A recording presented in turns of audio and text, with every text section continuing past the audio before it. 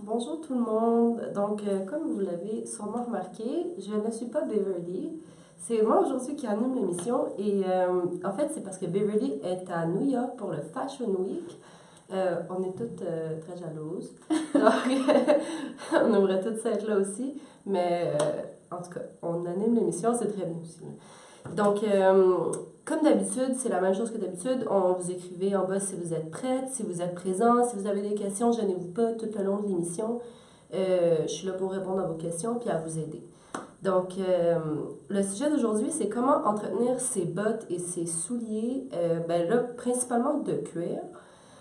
En fait, moi, je travaille ici chez Bio, mais je travaille aussi dans une cordonnerie. Donc, j'ai quand même plusieurs années d'expérience dans l'entretien des chaussures. Donc, c'est pour ça que je vous parle de ça aujourd'hui. Puis, c'est quand même vraiment important, je trouve, euh, de savoir qu'est-ce qu'on a à faire avec nos souliers parce qu'on achète des souliers, c'est cher, puis c'est un peu plate de devoir les jeter ou de s'en débarrasser après peu de temps parce qu'on les a trop maganés puis on sait pas comment les entretenir. Donc, on a un commentaire déjà? Oui, on a Mélissa qui dit bonjour les filles. Allô, Mélissa. Donc, je vais commencer par voir la différence avec vous entre du cuir puis du faux cuir, puis l'importance de savoir la différence. Donc, ici, on a une paire de bottes en faux cuir, puis on a une paire de bottes en cuir, puis je trouve qu'à l'œil nu comme ça, c'est un peu difficile de voir la différence, mais c'est vraiment important parce qu'il y a beaucoup de produits que le faux cuir ne sera pas capable d'absorber, puis ça peut les maganer, les faire craquer, ou bien ils vont devenir encore moins belles.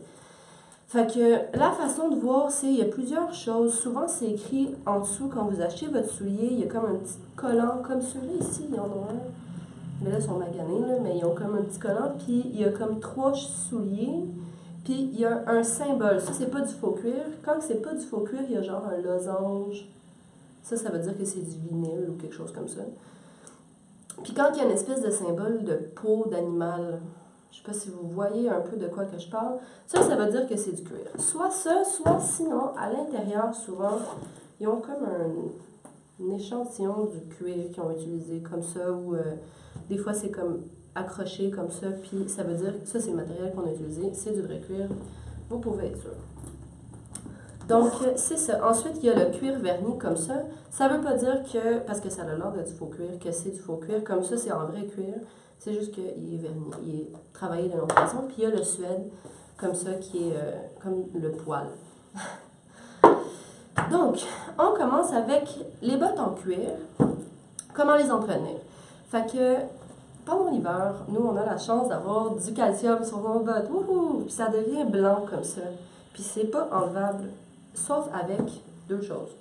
Soit quelque chose comme ça, ils en vendent de plusieurs façons. Là. C'est Salt Stain Remover. Mais il y en a vraiment, ça c'est de Best Money Worth and Best qualité. Sinon, vous avez du vinaigre blanc pur que comme ça coûte 2$, vous avez un gros truc comme ça, puis ça s'enlève super bien, puis ça revient pas. Tandis que si vous l'enlevez avec de l'eau, avec du savon, avec n'importe quoi d'autre, même du savon en cuir, ça va tout le temps revenir. Vous faites juste les cirer par-dessus, ça va tout le temps revenir après genre 2 jours. 2 jours, vous allez être fâché. Fait que, en guise d'exemple, je vais vous nettoyer ces bottes-là aujourd'hui. Je mets en dessous de la botte ça. Je vous suggère fortement de faire la même chose à la maison parce que le cirage, ça tâche, puis c'est pas trop beau sur une table. Fait que, on commence avec ça. Fait que, il y a une petite éponge ici, puis il faut juste comme appuyer pour que le produit sorte. Puis on frotte. Fait que c'est pas tellement compliqué. Là, ici, j'ai une partie en suède, une partie en cuir. J'enlève pas le... Je vais pas frotter la partie en suède. Il y a un nettoyant qu'on va voir après, seulement pour le suède. Mais là, elle, ses bottes en suède, cette partie en suède n'est pas sale, donc on ne la fera pas. Fait on nettoie tout, voilà. Puis, au fond, ça sent le vinaigre, là, ça doit sûrement être vinaigre.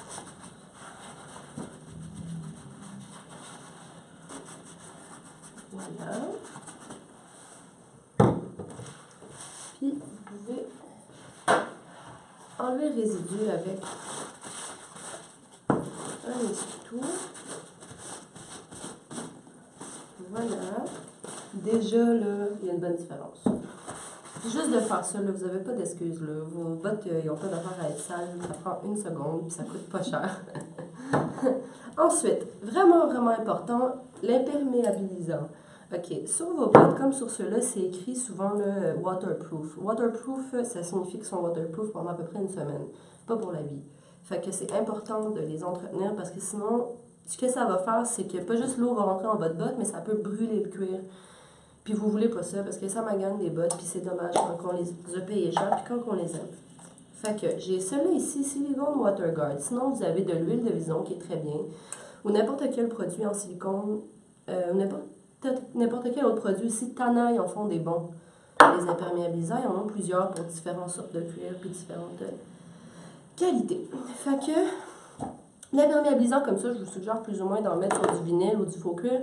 Ça fait absolument rien. Il n'y a aucune différence. Fait que vous le mettez partout comme ça, un peu aléatoirement. Puis là, vous le laissez sécher. Ça prend à peu près 30 secondes.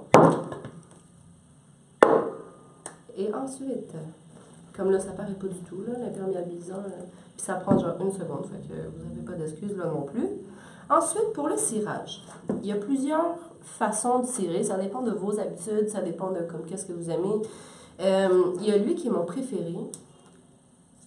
Il y a comme une petite éponge. C'est vraiment facile à utiliser pour quelqu'un qui est un paresseuse, pas très habile avec le cirage. Je sais pas genre un cadet. Là. Ça, c'est l'idéal. Pour vrai, là, vous forcez pas, vous frottez pas pendant 45 minutes. Je vais pas le faire tout de suite parce que je vais vous montrer les autres avant. Mais vraiment, celui-là, c'est le meilleur. Et en plus de ça, il y a 3% de teinture dans celui-là. Fait que ça, vraiment, ça noircit. Si jamais vous avez des petites taches ou vous avez des égratignures, ça porte super bien. Je l'ai aussi dans le neutre. Le neutre, c'est invisible. Fait que si par exemple, vous avez des bottes en cuir vert ou tan ou genre brun pâle ou une couleur comme taupe, puis que vous ne trouvez pas de cirage, puis vous ne voulez pas changer la couleur, neutre comme ça va juste comme les lustrer. Puis attention, ça ne fait pas de protection. Fait que c'est important de toujours mettre le protecteur avant le cirage parce que sinon, vous imperméabilisez votre cirage et non votre botte. Important à savoir. Ensuite, il y a le classique ici que tout le monde connaît. Il faut l'appliquer, il faut frotter. Moi, je trouve ça long. Mais si jamais vous voulez avoir des bottes qui sont vraiment mat, c'est peut-être mieux de prendre ça. Et ensuite, il y a celui-là ici, éponge lustrante. C'est moins un cirage, fait que c'est moins noir, mais vraiment, ça donne comme un effet lustré rapide. Fait que si, mettons, vous avez comme un événement, puis vos bottes, vous les trouvez un peu défraîchies, sans... Si vous voulez pas nécessairement faire un gros traitement, ça, c'est bien aussi. Vous pouvez faire ça aussi sur vos sacs, vous pouvez faire ça sur pas mal tout, un manteau de cuir, même n'importe quoi qui est en cuir. Là. Fait qu'aujourd'hui, moi, je vais utiliser celui-là, parce que c'est mon préféré. Puis c'est vraiment simple. Vous mettez votre main à l'intérieur, comme ça. Vous mettez l'éponge, puis vous partez d'en bas, puis vous montez jusqu'en haut, comme ça. Puis vous faites tout. Tic, tic. Puis frottez pas, parce que sinon vous allez comme tellement l'étendre que il n'y en aura plus sur la botte. Il faut vraiment le laisser, juste le badigeonner là. Ça, un peu partout.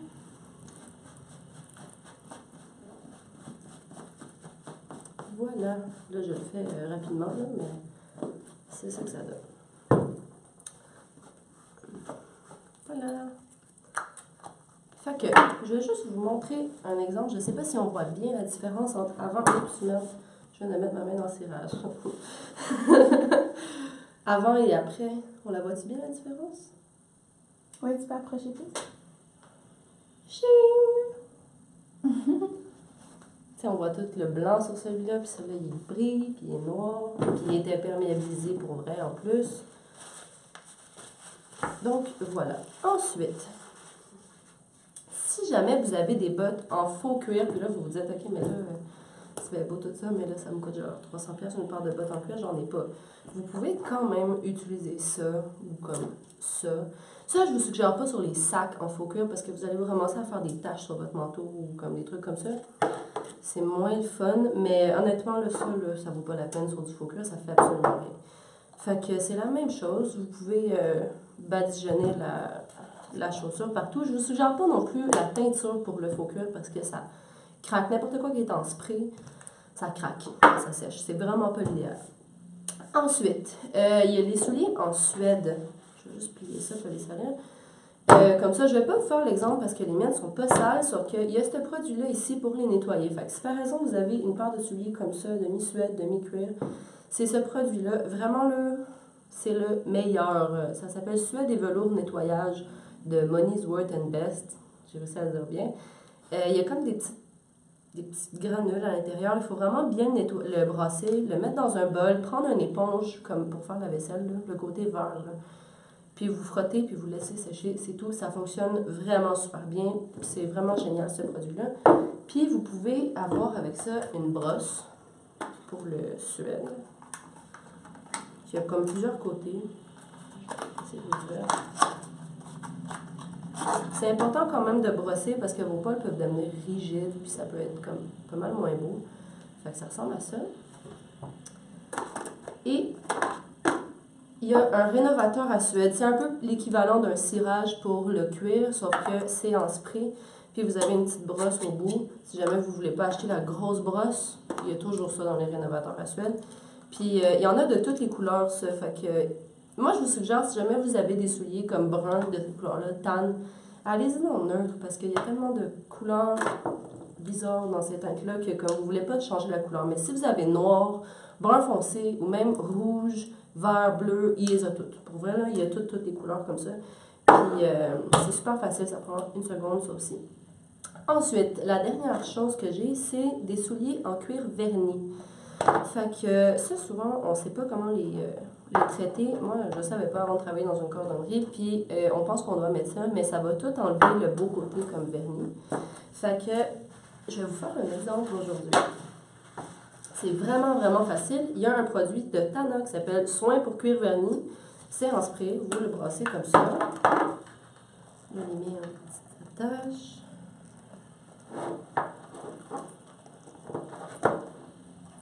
On l'enlève. Puis la seule chose que vous faites, c'est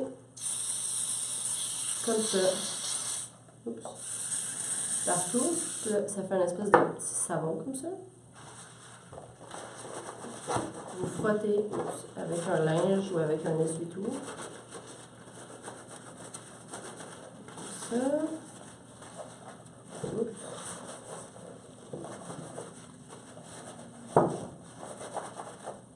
Et voilà, ching! C'est tout. C'est complètement fini. Puis vous pouvez mettre là-dessus de l'imperméabilisant si jamais c'est des bottes ou quelque chose comme ça. Sur ceux-là, j'en mets pas parce que je n'ai pas d'offre.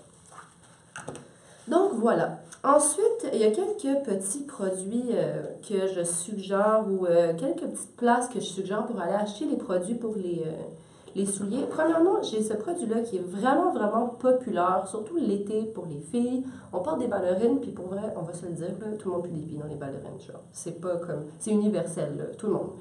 Puis il y a ça qui est comme... Vous le mettez sur votre pied, puis ça fait comme une pellicule, on dirait un bas. C'est super confortable, ça sent bon, puis ça fait qu'on pue pas des pieds. C'est merveilleux, pour vrai. Très populaire, il y a comme des madames qui viennent m'en acheter en paquet de 12, puis je me demande vraiment comme la quantité qu'ils mettent.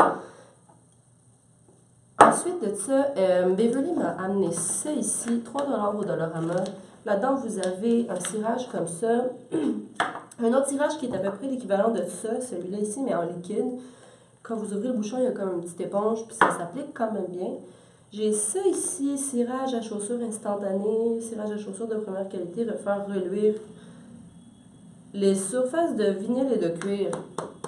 Fait que ça, vous pouvez l'utiliser sur ça ou sur ça, n'importe quelle de vos bottes. Puis vous avez une petite brosse. Fait que ça vaut quand même la peine, je trouve, pour 3$ d'avoir un petit kit de dépannage. Puis ensuite, tous les produits que j'ai ici, ça s'achète tout dans des cordonneries. Donc si vous êtes sur la Rive-Sud, la cordonnerie Maximum, on est les meilleurs. Mais les autres cordonneries sont correctes aussi, là. Je suis sûre qu'ils ont ces produits-là. En fait, c'est sûr qu'ils ont ces produits-là. C'est pas mal les produits de base, puis c'est pas trop cher. Tu sais, ça, c'est à peu près 10$. Ça aussi, c'est à peu près 10$. Ça, c'est 7,99$. Tu sais, c'est pas tellement dispendieux. C'est sûr que vous n'êtes pas obligé de tout acheter, là, mais comme la base, ça, là, 7,99$, là, ça vaut vraiment la peine. Donc, je pense que j'ai fait le tour. je sais pas s'il y avait des questions ou... donc, ça finit l'émission. Je vous souhaite une bonne semaine. Si jamais vous voulez avoir plus de conseils, on a des ateliers mode à chaque semaine. Puis, vous pouvez nous appeler. C'est 514-521-6633. Donc, bonne semaine.